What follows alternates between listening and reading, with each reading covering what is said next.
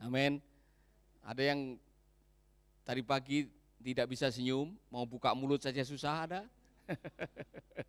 Kalau hari ini kita masih bisa tersenyum, melayani Tuhan, menyanyikan lagu pujian, membaca firman, mendengarkan firman, itu karena kasih kemurahan Tuhan. Nah, saya masih penasaran dengan ayat firman Tuhan yang ada di dalam Kisah Para Rasul, saudara-saudara. Kita masih melanjutkan Kisah Para Rasul pasal yang kedua.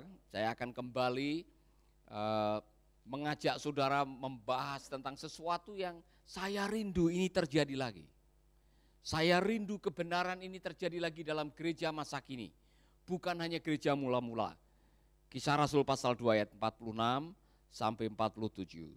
Dengan bertekun dan dengan sehati, mereka berkumpul tiap-tiap hari dalam bait Allah. Mereka memecahkan roti di rumah masing-masing serta bergilir dan makan bersama-sama dengan gembira dan dengan tulus hati sambil memuji Allah. Dan mereka disukai semua orang. Dan tiap-tiap hari Tuhan menambah jumlah mereka dengan orang yang diselamatkan. Sampai di situ. Mereka disukai semua orang. Siapa yang menambahkan? Tuhan menambahkan. Saudara melihat di sini ada semacam kerjasama antara Tuhan dan jemaat supaya gereja bertumbuh. Saudara mungkin bisa membaca di dalam Kisah Rasul dan saudara menemukan dalam waktu yang sangat cepat Yerusalem dipenuhi dengan ajaran tentang Yesus yang mati, bangkit, dan naik ke surga dan akan datang kembali. Saudara-saudara, dalam 10 tahun, dalam waktu 10 tahun, Rasul Paulus dengan tim penginjilannya bisa mendirikan jemaat di 3 provinsi. Pertambahan perkembangan jemaat begitu cepat. Dan saudara-saudara, saya coba mempelajari mereka-mereka yang menginjil ini. Mohon maaf nih, Petrus belum pernah ikut seminar pertumbuhan gereja. Yohanes, Filipus, mereka belum tamat sekolah teologi. Iya kan? Rasul Paulus sendiri, mungkin karena dia punya surat dulu orang yang cukup terdidik, berpendidikan dengan baik, pengaruhnya luar biasa. Tapi saudara-saudara, saya tidak menemukan Rasul Paulus juga barangkali ikut seminar-seminar yang luar biasa. Tapi mereka menjalankan sesuatu dengan luar biasa. Nah, kalau saudara melihat di sini, jumlah jemaat tiap hari ditambahkan, itu menggembirakan. Saya agak prihatin akhir-akhir ini, jumlah jemaat berkurang. Tidak sedikit gereja yang tutup. Saya ulangi lagi saudara, tidak sedikit gereja yang tutup dan tidak sedikit gedung gereja yang beralih fungsi. Yang jadi museum, yang jadi kafe, yang jadi tempat ibadah orang lain atau agama lain. Dan ini sedang terjadi di Eropa, di Australia, di Amerika. Mengapa gedung tinggal gedung? Karena jumlah mereka tidak ditambahkan, tapi jumlah mereka berkurang-kurang setiap hari. Saya masih ingat pergi ke sebuah pulau di wilayah Ambon yang jemaatnya tahun 80-an itu luar biasa. Sampai 200-an. Karena sekarang tinggal 7. Ya mungkin sebagian sudah dipanggil Tuhan. Tetapi yang memprihatinkan ialah ada banyak gereja yang sekarang gedungnya besar, jumlah jemaatnya berkurang.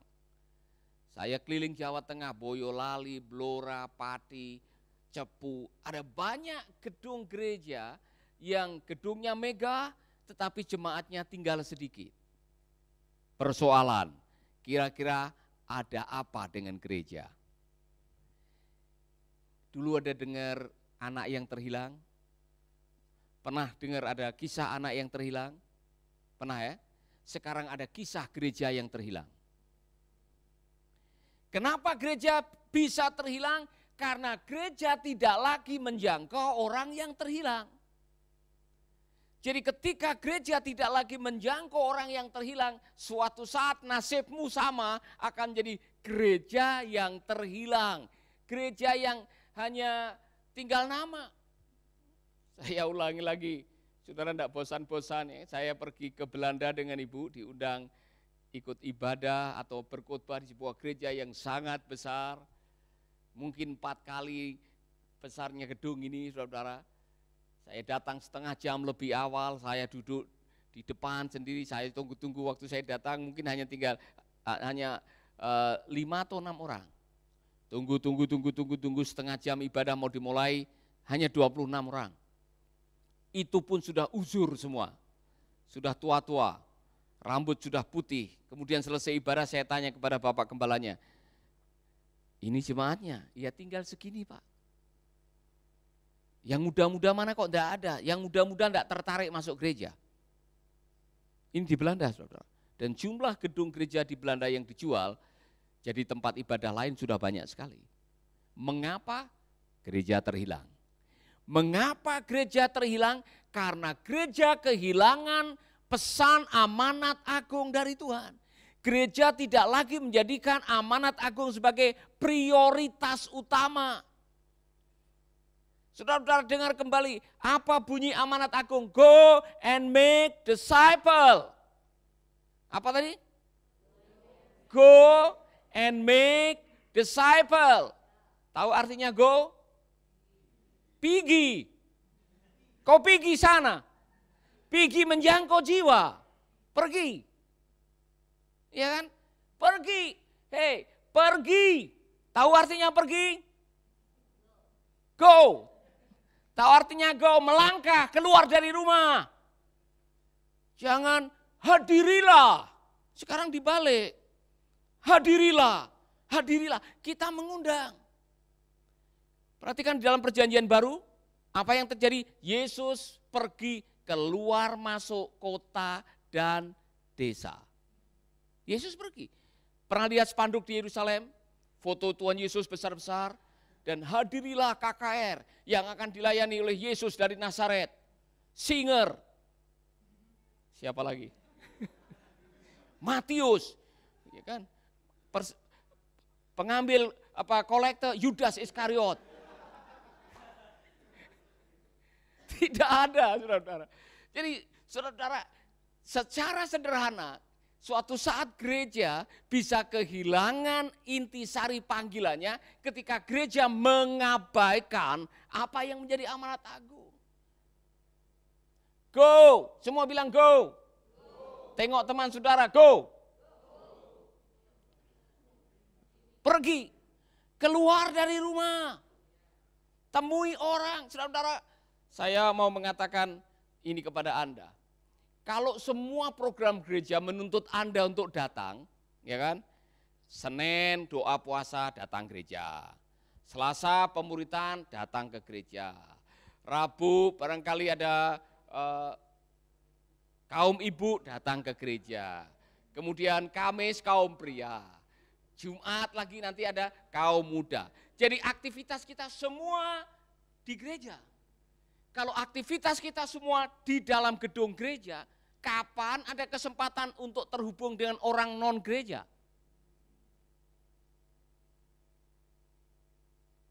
Yesus bilang go, go. Di dalam Kisah Para Rasul, saudara melihat apa yang terjadi? Petrus pergi dengan Yohanes ke bait Allah. Saya yakin dia tidak menyangka ada pengemis yang mengharapkan pemberian dari dia. Dan dia tidak menyia-nyiakan kesempatan, apa yang dia punya dia berikan. Mas perak tidak ada padaku, tetapi apa yang aku punya aku berikan kepadamu dalam nama Yesus. Bangkit berjalanlah, heboh. Seluruh Yerusalem jadi heboh.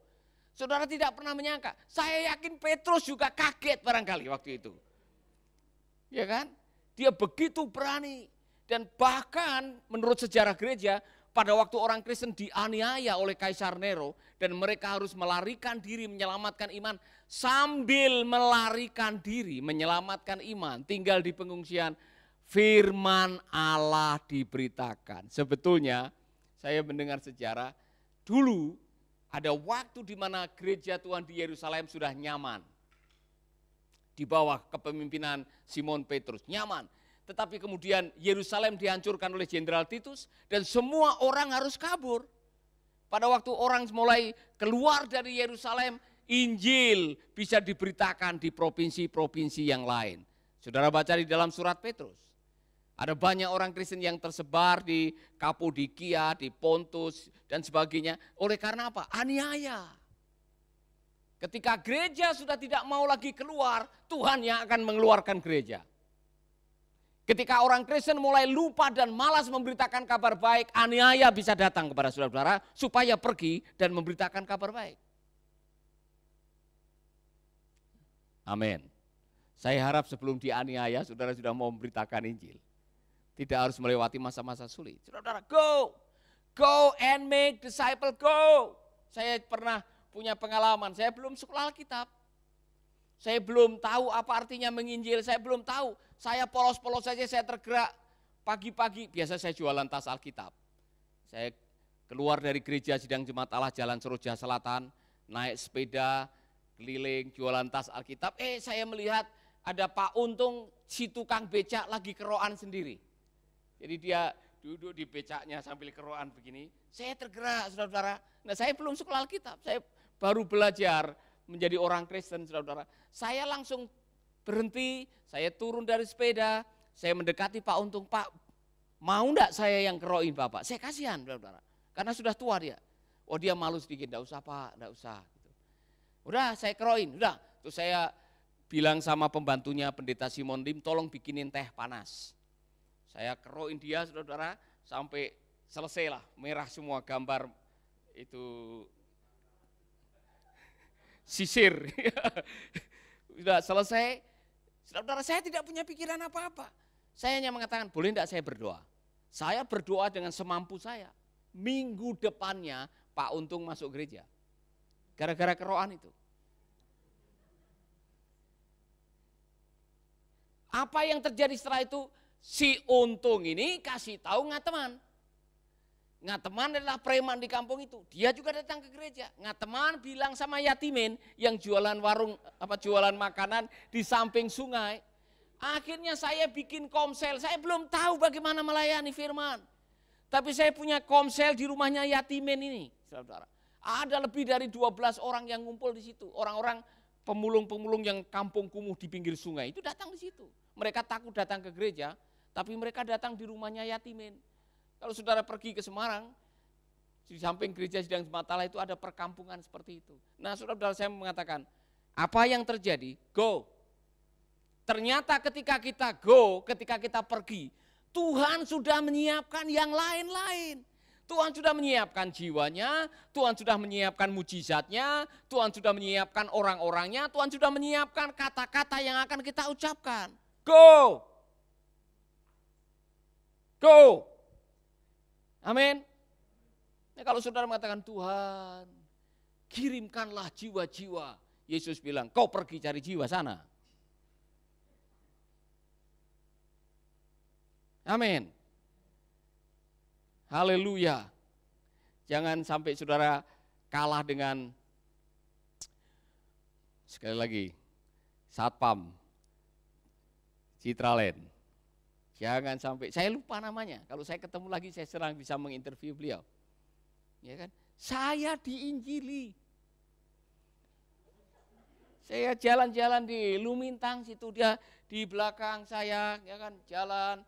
Saya masih ingat dia pakai celana panjang, kaos, dan di belakang saya dia nyanyi, pertolonganmu begitu ajaib. Saya dengar, saya bilang ini orang Kristen ini. Saya duduk makan sate, dia ikut duduk makan sate. Kemudian selesai itu dia menginjili saya. Luar biasa. Nah, saya tidak langsung membuka diri siapa saya dengarkan dulu apa yang dia ucapkan. Dia bersaksi bagaimana Tuhan tolong kehidupannya. Dan setelah itu dia seperti menawarkan Yesus kepada saya salami, saya pendeta. Pak, oh mohon maaf. Tetapi dia cerita, dia dipakai Tuhan, dia punya hati menginjil luar biasa. Sampai rumahnya yang di Monang Maning sudah jadi gereja. Dan dia bilang, Di itu Ciputra ada 23 satpam yang sudah dimenangkan. Kalau Bapak mau mulai pelayanan di sana silahkan. Dia bilang begitu, saudara-saudara. Jadi untuk bisa dipakai oleh Tuhan, untuk bisa menjangkau jiwa, untuk bisa memenangkan jiwa, siapa saja bisa. Nah, berbahagialah saudara-saudara yang ada di sini, saudara akan dilatih sekolah melayani. Dengar, sekolah melayani, tamat dari sini saudara bisa melayani jiwa, bisa memenangkan, bisa memuridkan. Mungkin tidak ada gelar, tapi saudara bisa melayani, itu jauh lebih baik daripada punya gelar tidak bisa melayani. Tapi kalau ada kesempatan untuk dapat belajar, dapat gelar, usahakan bisa mendapatkannya. Tapi jangan sampai mengejar gelar, lupa melayani. Amin. Kembali kepada tadi, saya sebetulnya ini masih pendahuluan, saudara-saudara. Jadi mungkin selesai jam 10. Ini masih pendahuluan. Saya masih penasaran, tadi saya di mobil tanya sama ibu, apa sih yang membuat mereka disukai semua orang? Dan jumlah mereka ditambahkan oleh Tuhan. Jadi bagian kita apa? Bagiannya Tuhan apa? Bagian kita adalah bukan hanya pergi. Tadi ada sesuatu yang unik yang dikerjakan oleh gereja mula-mula. Apa coba saudara-saudara? Ada sesuatu yang dilakukan oleh gereja mula-mula tadi. Perhatikan baik-baik, perhatikan baik-baik. Dengan bertekun, perhatikan baik-baik. Dengan bertekun dan dengan sehati mereka berkumpul tiap-tiap hari dalam bait Allah. Mereka memecahkan roti di rumah masing-masing secara bergilir dan makan bersama-sama dengan gembira dan dengan tulus hati sambil memuji Allah. Mereka disukai semua orang. Mereka disukai semua orang. Saya melihat ada transformasi hidup yang bisa dilihat oleh orang banyak. Ini orang-orang biasa. Tetapi ada sebuah transformasi perubahan sikap yang luar biasa yang mungkin dirasakan oleh orang-orang ini. Apa? Yang punya kelebihan menjual tanahnya, menjual harta miliknya dan dibagikan kepada yang berkekurangan. Ini belum pernah terjadi. Jadi tiba-tiba waktu mereka menjadi pengikut Yesus, mereka menjadi orang yang mengalami transformasi kehidupan. Yang membuat orang pada akhirnya tertarik dengan Yesus karena di dalam dirimu ada pikiran dan perasaan Yesus. Gereja Tuhan, saya mau mengingatkan kepada kita semuanya, intisari daripada kekristenan adalah perubahan karakter. Dan perubahan karakter itu hanya bisa terjadi kalau Anda melalui proses yang namanya pemuritan. Dan pemuritan adalah transfer kebenaran lewat hubungan. Di mana hubungannya? Mereka berkumpul tiap hari. Memecahkan roti di rumah masing-masing. Nah, saya jadi ingat apa yang dikatakan oleh kitab Ibrani pasal yang ke-15 kalau tidak salah, atau pasal 10 ayat yang ke-25. Mari kita akan lihat. Jangan, ya, 10:25. Dikatakan begini, janganlah kita menjauhkan diri dari pertemuan-pertemuan ibadah. Seperti dibiasakan oleh beberapa orang, tetapi marilah kita saling menasehati dan semakin giat melakukannya menjelang hari Tuhan yang mendekat. Janganlah kamu menjauhkan diri dari persekutuan yang membuat mereka bertumbuh dan mengalami transformasi karena mereka rajin bersekutu.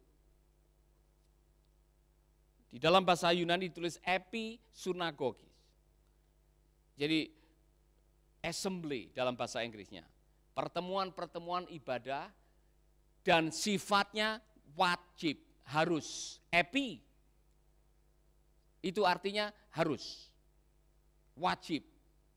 Jadi pada zaman itu, saudara-saudara, belum ada gedung gereja, belum ada media sosial, belum ada Alkitab tertulis, Bagaimana cara para murid ini atau orang-orang yang baru bertobat mendapatkan makanan kebenaran firman?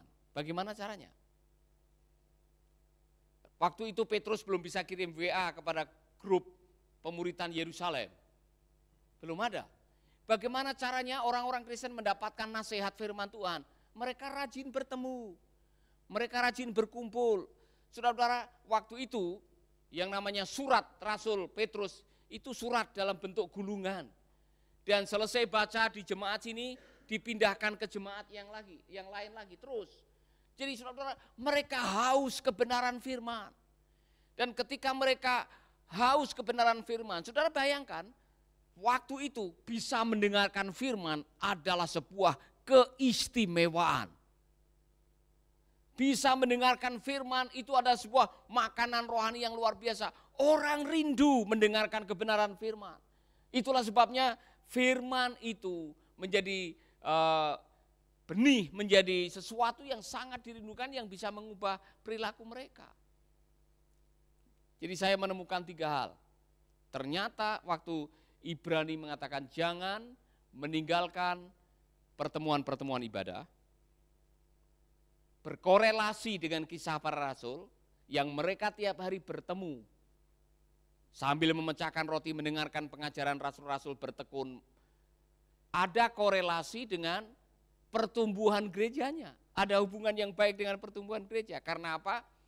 Ini pertumbuhan gereja yang sangat alami, tidak ada rekayasa.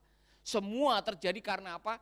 Melihat firman berdampak dalam kehidupan, membawa transformasi, membuat mereka akhirnya berubah hidupnya, dan semua orang tahu.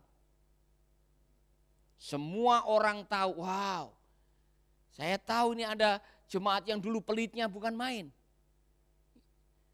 Sekarang dia tiba-tiba menjadi orang yang berani bermurah hati. Orang akan tanda tanya, wow, luar biasa. Kok bisa begitu? Iya. Saudara-saudara, saya rindu atmosfer jemaat seperti ini dikembalikan lagi. Jangan-jangan COVID-19 adalah cara dari Tuhan untuk membuat jemaat sekarang berkumpul di kelompok-kelompok kecil, rajin membaca firman melalui WA karena di dalam kelompok saudara rajin, sehingga kita mengalami terobosan rohani dan kita bisa menjadi orang Kristen yang berbuah, ada transformasi dan hidup kita menjadi kesaksian bagi banyak orang. Haleluya. Saya jadi ingat lagi, saudara-saudara, seorang pembantu rumah tangga, tukang cuci yang bisa membawa ibu haji ke ibadah. Dan ibu itu terima Tuhan Yesus. Saya khotbah di sebuah kota atau di sebuah jemaat di dekat kota Malang, tepatnya di Karangploso. Dan saya masih ingat di akhir, selama saya khotbah saya sudah mulai tertarik, kok ada ibu duduk di pojok, badannya agak gemuk, tapi saya tahu dia bukan orang Kristen dari pakaiannya. Dan waktu saya menawarkan siapa yang mau terima Yesus maju ke depan, dia ikut maju ke depan. Dan dia terima Yesus. Saudara, saya jadi penasaran, ini ibu siapa? Pendetanya bilang, Ibu Haji. Nuh kok dia bisa datang ke sini bagaimana? Pembantunya. Nah ini ceritanya begini. Jadi pembantunya ini yang sudah diselamatkan, janda anak 3, hidup susah. Tapi kalau setiap kali hari Rebo mencuci di rumahnya Ibu Haji selalu nyanyi, sing sabar lan mantep tekan pungkasane, sing sabar. Cucian banyak sedikit enggak peduli, dia tetap sambil nyuci itu sambil nyanyi. Lama-lama Ibu Haji ini tertarik, sampean tuh orang susah kok bisa nyanyi ya.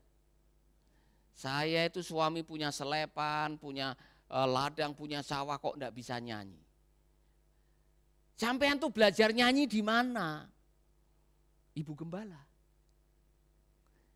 Dia polos sekali. Kalau ibu nanti mau belajar nyanyi hari Minggu ikut saya. Polos sekali. Dan dia tidak bisa mengutip kitab-kitab suci untuk mengkhotbahi orang, tapi dia sederhana saja. Kalau mau belajar nyanyi hari Minggu saya, benar hari Minggu ikut dia. mau belajar nyanyi sing sabar lan mantep, saudara. Hari Minggu ini dia ditangkap oleh Tuhan, percaya kepada Tuhan Yesus. Seorang pembantu bisa memenangkan jiwa. Amin. Haleluya. Saya masih ingat dulu waktu ada acara pertemuan, ada seorang hamba Tuhan dari Yogyakarta yang dia membaptis lebih dari 1.000 orang suku Kedar. Satu orang. Polos, luar biasa. Tidak ada gelar. Tapi dia punya passion, punya gairah untuk memenangkan jiwa. Saya mau gereja Tuhan kembali sadar bahwa panggilan kita adalah memenangkan dan memuridkan. Bukan mengundang orang, apalagi orang dari gereja lain. Ya kan? Jadi go and make disciple dirubah menjadi come and become my members.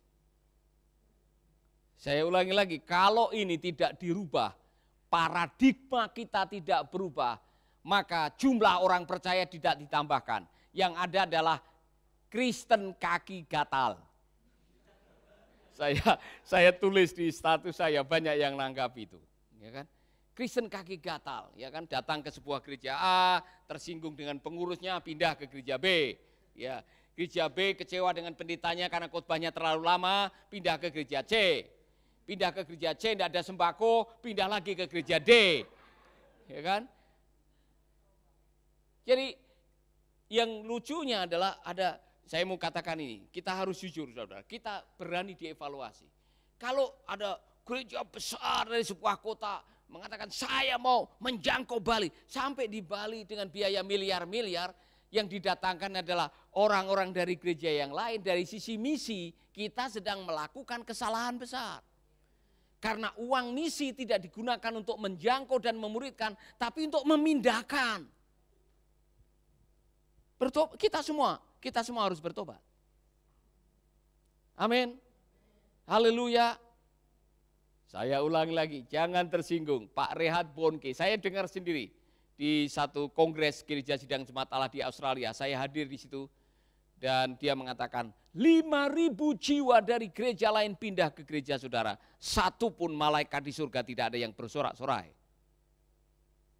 Siapa yang bersorak-sorai? Bendahara, Bapak Gembala, Ibu Gembala.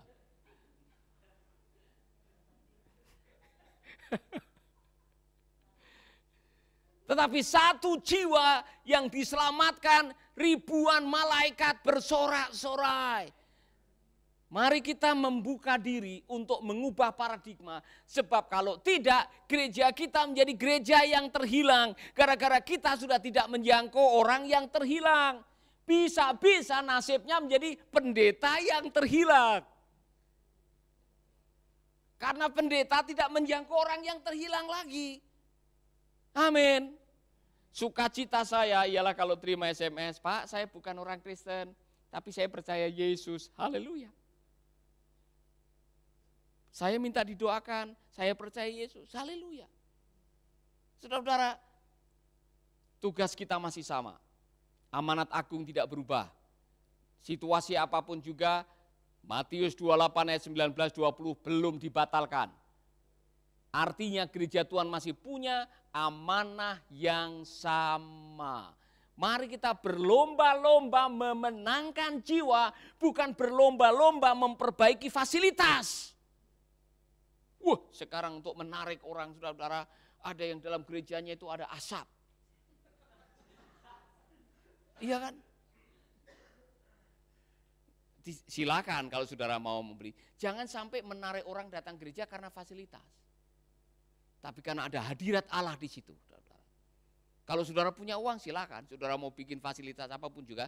Tetapi jangan sampai orang datang karena fasilitas. Orang datang oleh karena kita mau berjumpa dengan Tuhan. Dan kita menjadi jemaat yang mau pergi. Bukan yang hanya datang, tapi pergi memberitakan kabar kebenaran. Amin. Haleluya. Mohon maaf ya, jangan tersinggung. Kapan terakhir kali Anda menuntun orang percaya Yesus? Kapan terakhir kali Anda bersaksi kepada orang yang belum kenal Dia? Kapan terakhir kali saudara menumpangkan tangan berdoa untuk orang yang sedang membutuhkan pertolongan Tuhan? Kapan terakhir kali Anda mengucapkan kata-kata firman orang yang sedang haus kata-kata dorongan? Kapan terakhir kali saudara menolong mereka yang sedang mengatakan, saya perlu Tuhan? Saya mendapatkan banyak di live streaming ini, ada orang yang mengatakan, Pak, tuntun saya pengen kenal dengan Tuhan. Saya baru dapat SMS dari Pak Wayan, Pak, saya pengen dimuridkan, kapan saya bisa dimuridkan? Saudara, ada banyak orang di sana yang pengen mendengarkan kabar sukacita. Makanya Alkitab mengatakan, alangkah indahnya telapak kaki orang yang memberitakan kabar sukacita. Karena di sana, di luar sana, banyak orang yang sedang galau. Mereka tidak tahu bagaimana menemukan jalan kebenaran dan hidup. Dan Anda yang sudah tahu, tidak perlu harus fasih membaca dan tahu bahasa Yunani, bahasa Ibrani untuk bersaksi. Ngerti maksud saya? Apa yang Anda tahu, apa yang Anda alami, saksikan kepada orang seperti orang buta ini. Waktu ditanya, siapa yang menyembuhkan kamu? Lah saya kan buta. Saya tidak tahu. Yang jelas yang saya tahu, dulu saya buta, sekarang saya bisa lihat, itu saja. Itu jadi heboh di Yerusalem. Saudara masih ingat? Dia tidak tahu siapa yang menyembuhkan. Yang saya tahu sampai akhirnya orang tuanya juga dihadirkan. Karena orang yang akhirnya membuat gempar. Berita itu membuat gempar seluruh Yerusalem. Saudara-saudara, saksikan pengalaman saudara. Bagaimana saudara berjumpa dengan Tuhan. Saksikan hidup saudara. Bagaimana saudara mengalami Tuhan setiap hari. Beritakan kepada mereka yang barangkali sedang galau. Hatinya sedang kacau, sedang membutuhkan jamahan Tuhan. Apalagi dalam situasi pandemik seperti ini. Banyak orang yang membutuhkan penghiburan, kekuatan. Saudara yang sudah mendapatkan, bagikan itu kepada mereka. Amin. Haleluya. Pernah saudara merasa sukacita setelah mendoakan orang terima Yesus? Wow. Saya pernah pelayanan di Pulau Sabu jumpa pendengar dari jam 5 sampai jam 2 pagi. Siapa yang ikut waktu itu Pak Adi? Adi ikut. Ingat waktu kita di hotel orang masih berdatangan? Ya kan? Kita sudah mau pulang tiba-tiba aja mengatakan kita sudah doa massal nih. Karena banyak yang hadir, ya kan? Kita sudah berdoa untuk semua yang pengen didoakan karena tidak mungkin saya doa satu-satu, ya kan? Mereka masih baris. Di depan kita itu panjangnya bukan main dan satu demi satu maju ke depan, saudara-saudara. Saya pikir kita pulang sudah enak mau istirahat. Ternyata di depan hotel itu masih banyak orang yang datang. Pengalaman yang tidak pernah saya lupakan. Orang haus akan Tuhan. Orang haus akan Tuhan dan luar biasa. Saudara, ternyata banyak orang yang haus akan kebenaran. Dan saudara yang sudah dipertemukan dengan Tuhan, bukan kebetulan saudara datang bersekutu, karena di sana ada orang-orang yang membutuhkan kehadiran saudara.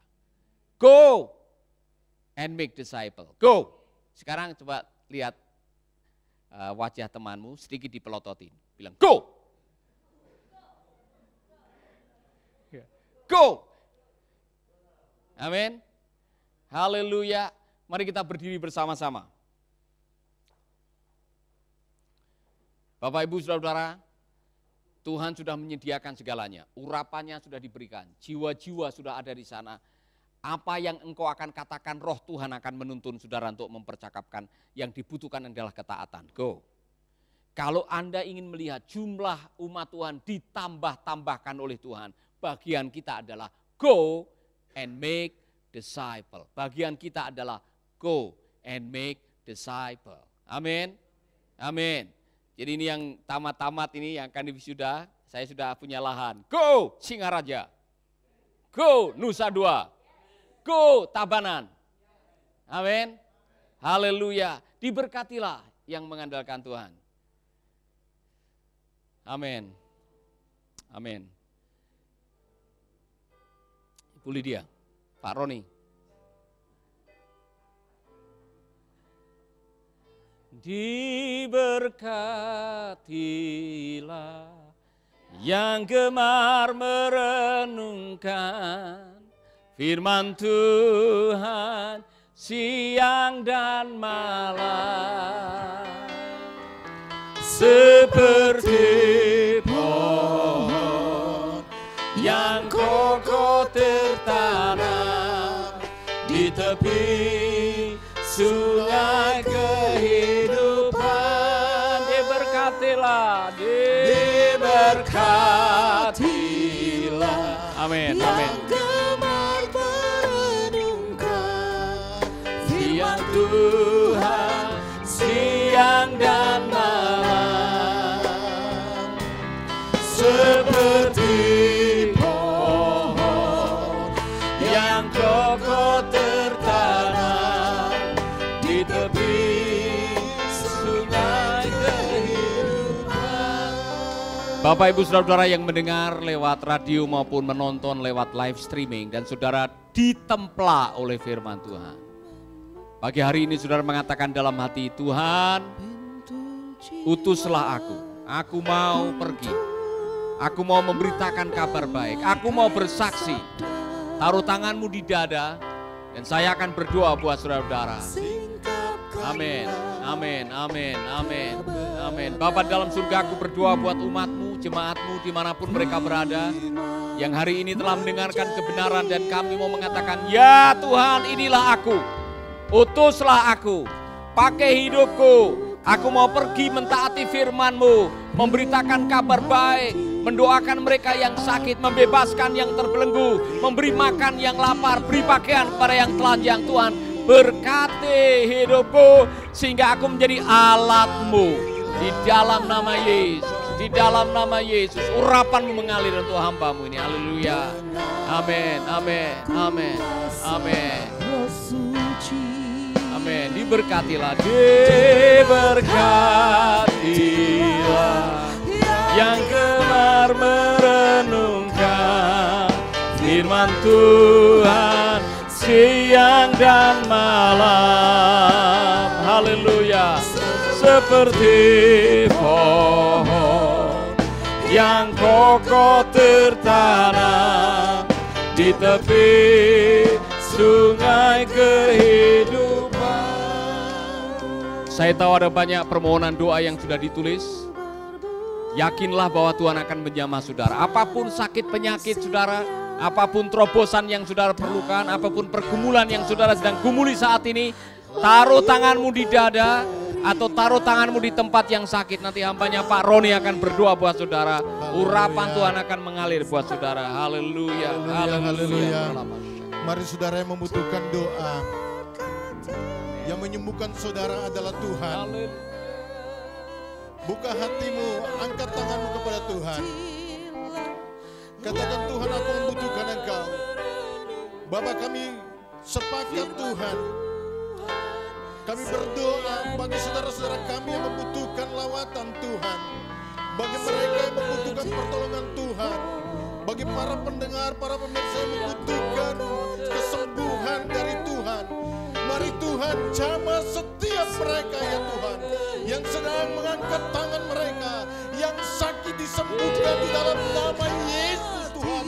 Sakit pada tubuh mereka, baik itu kista, baik urat kejepit, ataupun penyakit apapun Tuhan, yang memulihkan, yang membutuhkan pemulihan keluarga, pemulihan rumah tangga, ekonomi, keuangan, terobosan dalam kehidupan mereka Tuhan. Nyatakan kuasa-Mu Tuhan, biarlah ada keajaiban Tuhan yang terjadi di dalam nama Yesus Tuhan. Pulihkan Tuhan di dalam nama Yesus, di dalam nama Tuhan Yesus Kristus Tuhan. Haleluya. Nyatakanlah kuasa-Mu Bapa. Nyatakanlah kuasa-Mu Tuhan. Dengan keajaiban dan kesembuhan, amin. Pemulihan Tuhan berikan. Kami sama-sama memuliakan Engkau, menaikkan ucapan syukur bagi-Mu Tuhan. Kami percaya saat ini ada lawatan Tuhan, ada kuasa Tuhan, ada kemuliaan Tuhan. Ada banyak orang yang mengalami kesembuhan di dalam nama Yesus. Terima kasih Tuhan, terima kasih Bapa. Amin, amin. Di dalam nama Tuhan Yesus, kami melepaskan berkat kesembuhan kepada saudara-saudara kami. Terpujilah Tuhan. Haleluya. Amin. Amin. Amin. Amin. Amin.